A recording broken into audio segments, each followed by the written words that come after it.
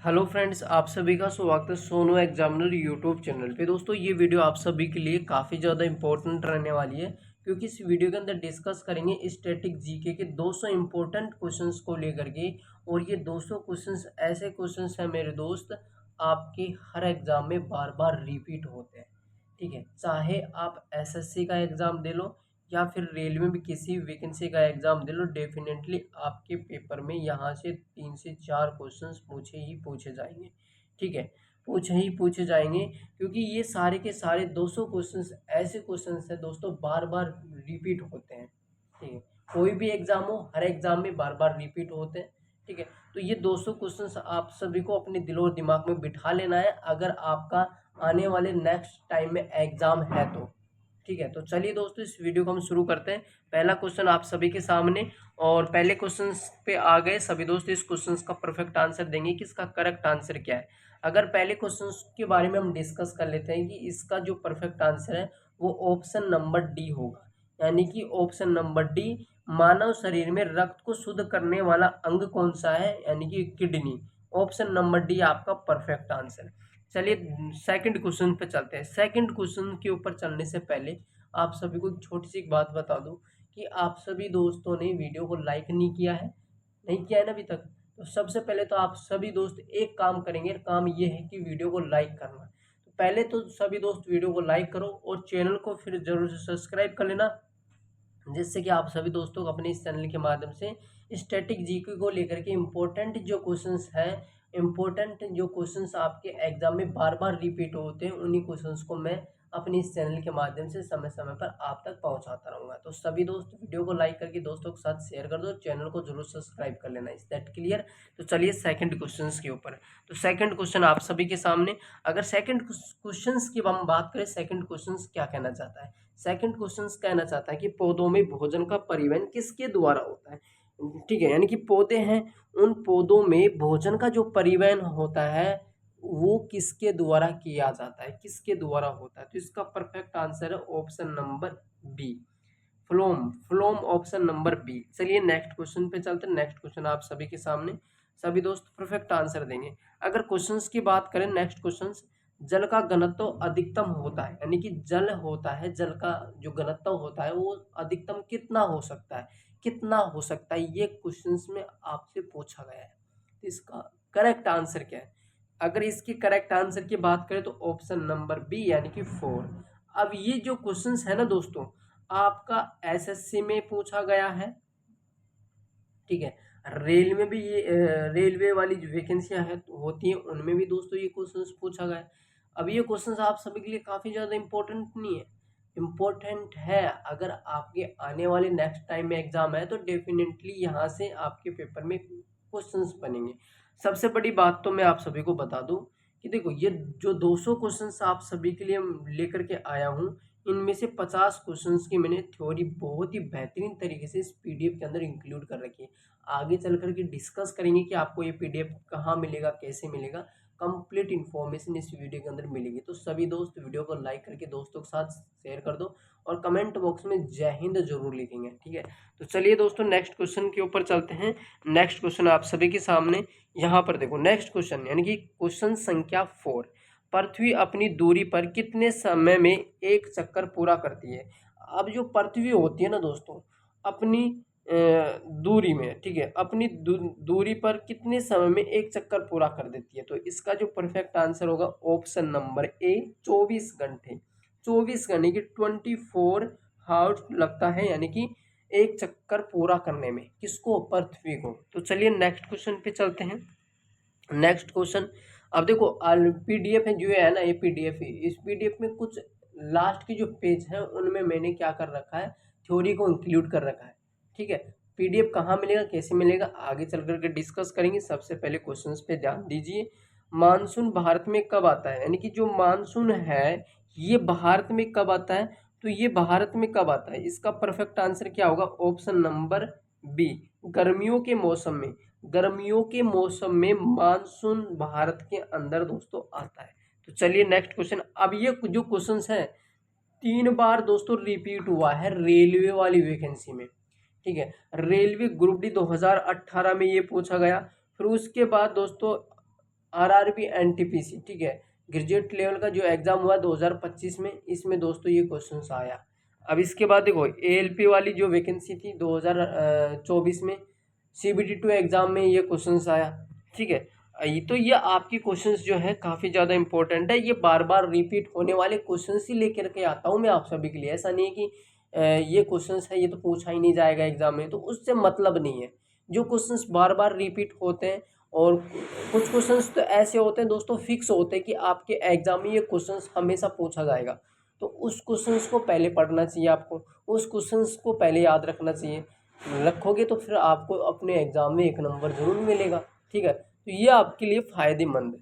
तो चलिए next question पे। नेक्स्ट क्वेश्चन आप सभी के सामने, गंगा और यमुना नदी का संगम कहाँ पे होता है? अब ये एसएससी का फेवरेट क्वेश्चन है। किसका? एसएससी का फेवरेट क्वेश्चन है कि गंगा और यमुना का संगम कहाँ होता है। तो इसका परफेक्ट आंसर है प्रयागराज। कहाँ पे? प्रयागराज आपका करेक्ट आंसर। तो चलिए नेक्स्ट क्वेश्चन पे चलते हैं। नेक्स्ट क्वेश्चन आप सभी के सामने, अशोक का प्रतीक शिलालेख किस लिपि में लिखा गया है? अशोक का प्रसिद्ध शिलालेख किस लिपि में लिखा गया था? तो इसका जो करेक्ट आंसर होगा ऑप्शन नंबर ए, ब्राह्मणी, ठीक है, option number A. Is that clear? चलो नेक्स्ट क्वेश्चन पे। क्वेश्चन संख्या 8 की बात करते हैं, और ये क्वेश्चंस तो ऐसा क्वेश्चंस है एसएससी के लिए भी फेवरेट है, और रेलवे वाले जितने भी कैंडिडेट हैं, और रेलवे ग्रुप डी 2025 वाली वैकेंसी का एग्जाम देने वाला है, तो उनके लिए तो काफ़ी ज़्यादा इम्पोर्टेंट रहेगा, ठीक है। भारत छोड़ो आंदोलन कब शुरू हुआ? भारत छोड़ो आंदोलन से संबंधित आपके पेपर में 2 क्वेश्चंस आएंगे। कहने का मतलब, भारत छोड़ो आंदोलन टॉपिक को बहुत ही बेहतरीन तरीके से आप सभी को पढ़ना है। अगर आप चाहते हो कि आपके पेपर में 2 मार्क्स बढ़े, 2 मार्क्स आपको पूरे मिले, वैसे तो आपको दोस्तों पूरा स्कोर बनाना है, ठीक है, सिलेक्शन के लिए। अगर आप चाहते हो कि एक भी नंबर ना कटे, तो फिर बढ़िया तरीके से स्टडी करनी होगी। तो देखो इसका परफेक्ट आंसर है 1942, option number C is correct answer. चलिए नेक्स्ट क्वेश्चन पे। नेक्स्ट क्वेश्चन आप सभी के सामने, भारतीय संविधान कब लागू हुआ? तो भारतीय जो संविधान है, भारतीय संविधान कब लागू हुआ? तो भारतीय संविधान 26 जनवरी 1950, 26 जनवरी 1950, option number B is correct answer. चलिए नेक्स्ट क्वेश्चन पे, भारत में संसदीय प्रणाली किस देश से ली गई थी? तो भारत में संसदीय प्रणाली है ना, ये संसदीय प्रणाली ये किस देश से ली गई थी? उसी प्रकार राष्ट्रपति का कार्यकाल, राष्ट्रपति की शपथ किस देश से ली गई थी? मौलिक अधिकार किस देश से लिए गए थे? ठीक है, प्रस्तावना किस देश से लिया गया था? संविधान संशोधन प्रणाली किस देश से ली गई थी? तो ये आपके एग्जाम में आता है, और सबसे ज़्यादा क्वेश्चन जो यहाँ से बनते हैं वो एसएससी के एग्जाम में बनते हैं, यानी कि एसएससी वाले कैंडिडेटों के लिए ज़्यादा इंपॉर्टेंट है ये। अब देखो ये जो क्वेश्चंस है ना, जितना भी candidate SSC, MTS, CGL, CHS 2025 का एग्जाम देगा ना, उनके लिए काफ़ी ज़्यादा इंपॉर्टेंट है। आएगा भाई एग्जाम में 100%, 100% आपके एग्जाम में टपकेगा। अब देखो इस क्वेश्चन की अगर हम बात कर लेना, तो इसका जो परफेक्ट आंसर है option number B, Britain. Britain से लिया गया है। ब्रिटेन, ब्रिटेन क्या है? ये इंग्लैंड है दोस्तों। क्या है? इंग्लैंड। मैं यहाँ पर लिखता हूँ एक बार, इंग्लैंड, ठीक है, इंग्लैंड। अब चलो नेक्स्ट क्वेश्चन पे। नेक्स्ट क्वेश्चन आप सभी के सामने, भारत में पंचवर्षीय योजना का शुभारंभ कब हुआ? अब ये क्वेश्चंस एसएससी का फेवरेट है भाई, एसएससी का, ठीक है, एसएससी का। और मैंने यहाँ पर आंसर भी लिख रखा है। कैसा खोपड़ा है रे। चलो कोई बात नहीं, यानी कि 1951 आपका परफेक्ट आंसर। यहाँ पर भी आंसर, कमाल है भाई। भारतीय रिजर्व बैंक की स्थापना कब हुई थी? तो 1935 में, ठीक है, 1935 में, यानी कि 1 अप्रैल 1935 में दोस्तों आरबीआई की स्थापना हुई थी। Is that clear? वर्तमान में आरबीआई की गवर्नर कौन है? ये कमेंट सेशन में आप करके बताओ इसका आंसर क्या है, ठीक है। तो चलिए नेक्स्ट क्वेश्चन पे चलते हैं। नेक्स्ट क्वेश्चन आप सभी के सामने, चुंबक क्षेत्र की इकाई क्या है? अब देखो ये साइंस का क्वेश्चन है, और साइंस से संबंधित जो क्वेश्चंस आपके आ रहे हैं यहाँ पे, वो रेलवे वालों के लिए काफ़ी ज़्यादा इम्पोर्टेंट है। चुंबकीय क्षेत्र की इकाई क्या है?